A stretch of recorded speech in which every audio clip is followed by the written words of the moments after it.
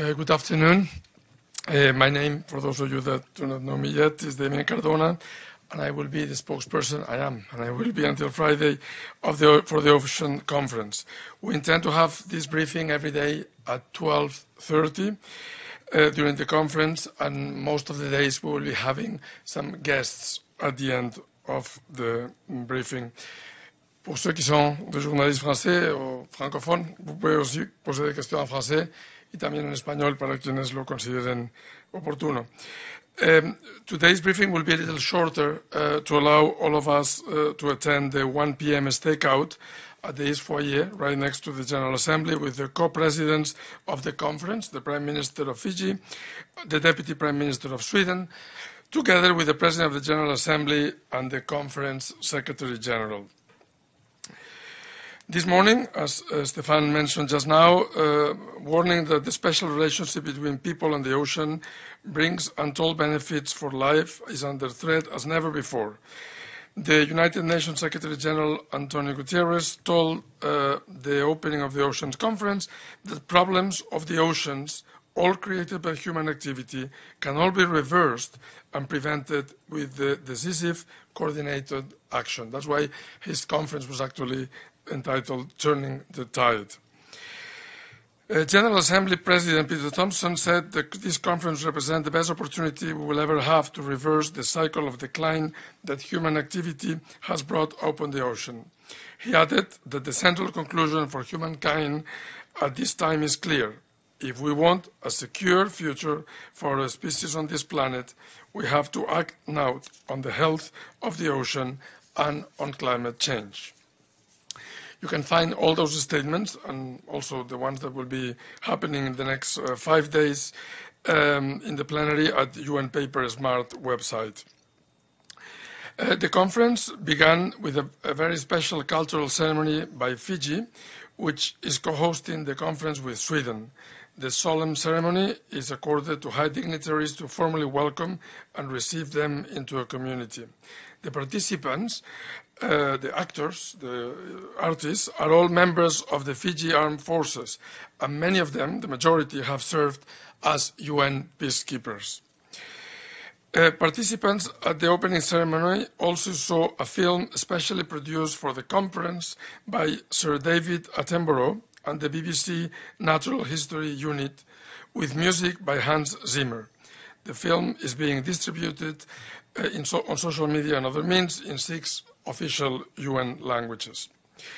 This morning, the conference heard from the leaders from Fiji, Sweden, Monaco, Togo, Bolivia, Gabon, Micronesia, Nauru, Zimbabwe, Palau, Tuvalu, Cook Islands, Tonga, and St. Lucia.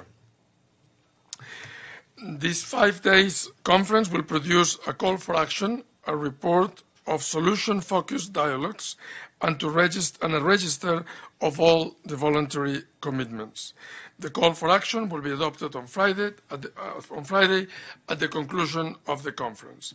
The draft call for action can be already found online. A link can be found in the press release issued to all of you last Friday.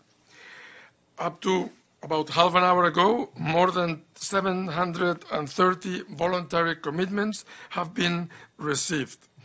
And this includes, figures are approximate, but you can check them all online, 312 from governments, 68 from UN entities, 122 from NGOs. The commitments cover all the target of Sustainable Development Goal 14, with the most commitments focusing on managing local marine areas.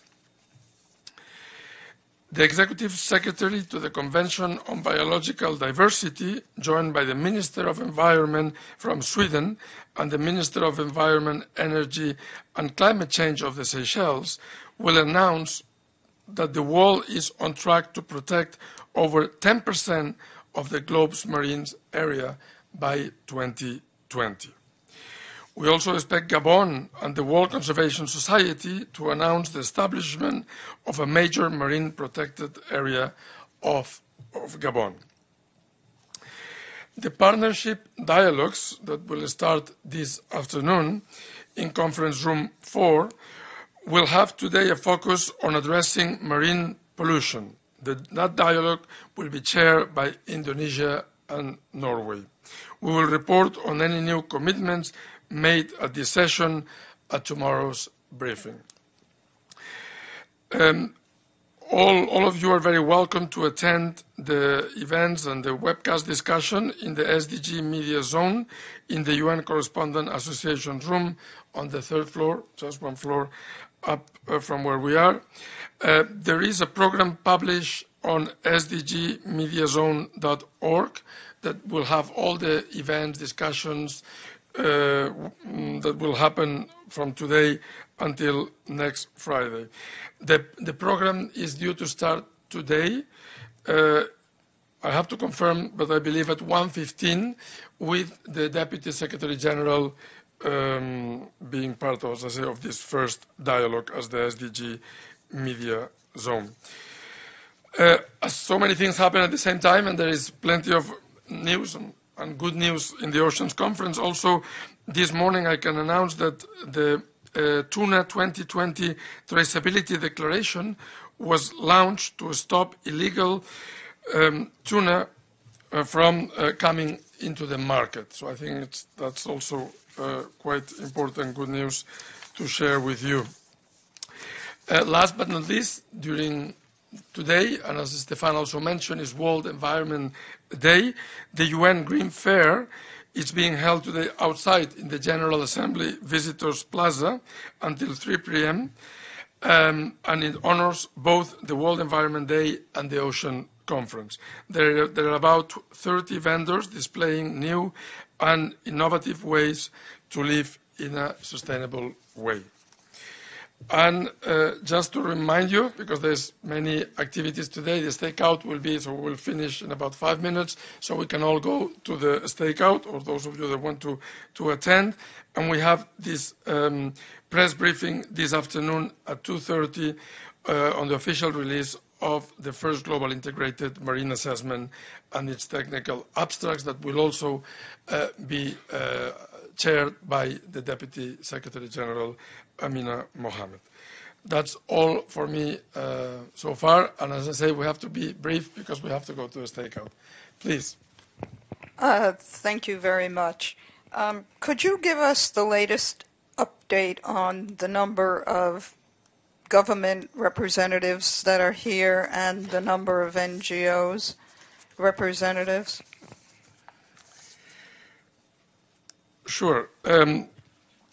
In total numbers are going to be a little bit of a challenge because it's being such a long conference of 5 days that we have many people that are registered that might not be here today but may come for Thursday and Friday. So we will be able to give you proper figures probably at the end. This morning we had the heads of states that were speaking, so you know who they were. We have, as of last week, last Friday, last data, we had 33 ministers, and then we have the rest are deputy ministers, vice ministers, or secretary of state of the different areas. And is every country going to speak at some point? Are all 193 UN member states going to speak? Those that we are expecting all of them to speak, but it's a voluntary, I mean, they will have to ask to speak. And we have a list that is online in the website that you can see, the provisional list of speakers that is updated on a daily basis at the plenary. The accredited number of NGOs, 1,000, 2,000? What we had as of this morning,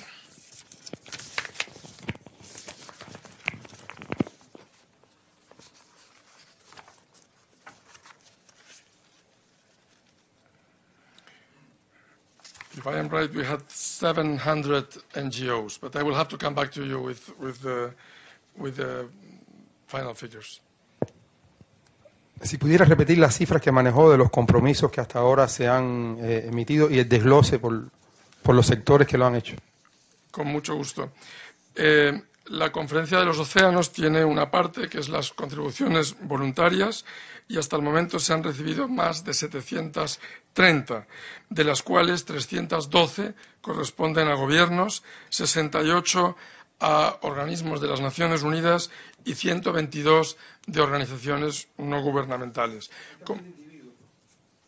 No tengo constancia de esto. Siempre son como pequeños grupos y en cualquier caso la mayor parte, como digo, prácticamente la mitad son de gobiernos. En cualquier caso, esto va a ser un proceso que va a estar durando toda la semana. De hecho, esta mañana en apenas una hora ha habido 15 contribuciones más, o sea que esperamos que continúe así en el transcurso de la semana. Thanks a lot. I've been looking at the private sector or corporate commitments as these numbers go up, and I mean, there's one by Adidas that seems kind of only peripherally related. I see the big thing on the first floor for Suez for water, and as you probably know, there are many issues raised around water privatization to Suez. There are many civil society protests of the company and the privatization of water resources. So I wanted to know who in the UN system is vetting these partnerships. A company sends one in and says, include it in the database or put our banner down on the first floor. Who within the UN system looks at it and says, number one, is this commitment meaningful? Number two, does the company have other issues, even water-related issues, that bear some review by the UN? So what review is there? Or can any company just get itself listed in the UN database? Sure. As I said on Friday, there will be the call for action, and that call for action will include not only the kind of the main objectives that have been approved, but also a comprehensive list of the voluntary commitments.